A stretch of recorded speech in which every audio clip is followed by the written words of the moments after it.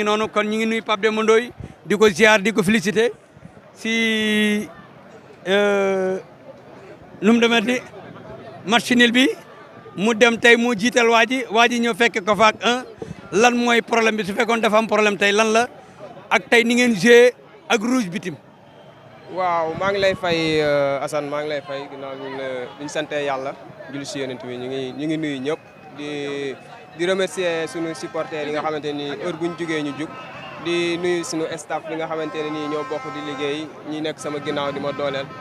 donc mën naa ne tey joué nañ match boo nga xamante ne nii mën naa ni musul yomb waaw teen bi yoon bi ku ko xam-xam ne musul yomb préparé nañ ko nag si niñ ko war a préparé bon joueurs yi tactiquement liñ leen waxoon def nañ ko deuxième mi-temps ñëw nañ dugal benn but ñoom tamit ñu ñëw égaliser donc je pense que ni ñoom tamit liggéey nañ loo xamante ne nii tamit war nañoo mën a égaliser.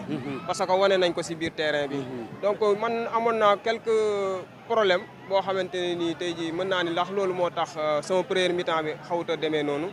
mooy sama ñaari excentré ak sama benn numéro 10.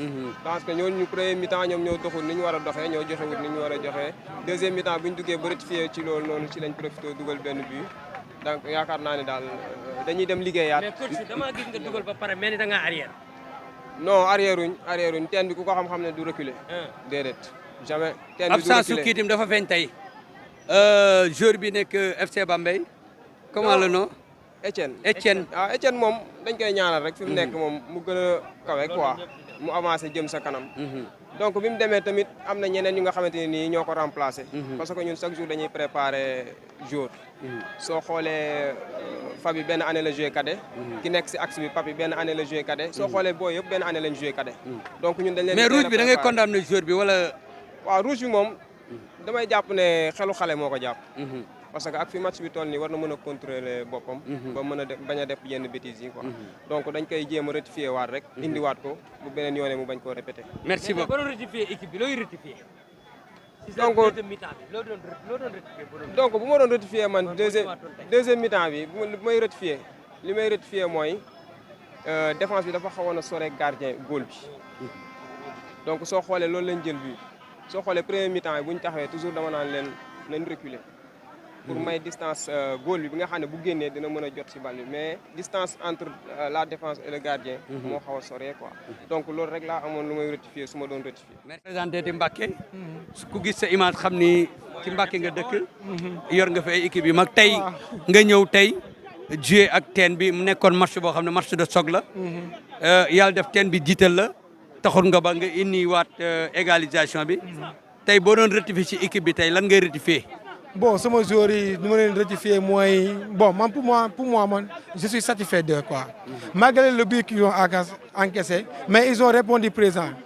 Ils se sont donné corps et âme man loolu laa gëm quoi man football. bu fekkoon amuñu woon mental dañuy bàyyi. tu xam ni teen bi équipe bu mag la te bu doon jiitoo musiba la. mais mention spéciale à mes joueurs. parce que ils ont su respecter les consignes teg nañu bal bi football. boo xoolee deuxième mi-temps bi bon ñoom ñoo ëpp plus d'occasion. am na bal boo xam ne dafa naroon dugg moom mais tamit yàlla noonu la ko bëggee quoi non noonu la demee quoi waaw. merci beaucoup tey fii si stade Ibrahima Gueye diggante teen bi la woon ak yoon wi li xew-xew match bi teen bi jiital ko 1 yoon wi rectifié ko daal di dugalaat moom it 1 match bi dem 1-1 mu match bi jeexal na première heure bi diggante jàmm gën la woon ak jàppoo bu Santhie jàmm gën jiital ko 1-0 match bi jeexee 1-0. jàmm ga dim démérité wut def na l'essentiel wax dëgg yàlla mais côté jàmm gën benn bit bi muy dugal si côté équipe yu ndaw yi la koy mais bu ma doon rectifier tey si moom dama naan kon nay defaruwaat gën a yokkaat ay bitam si kaw moo gën muy demee noonu di remercier sama caméraman yi nga xam ni lii xew lépp ñoom la tey macha allah.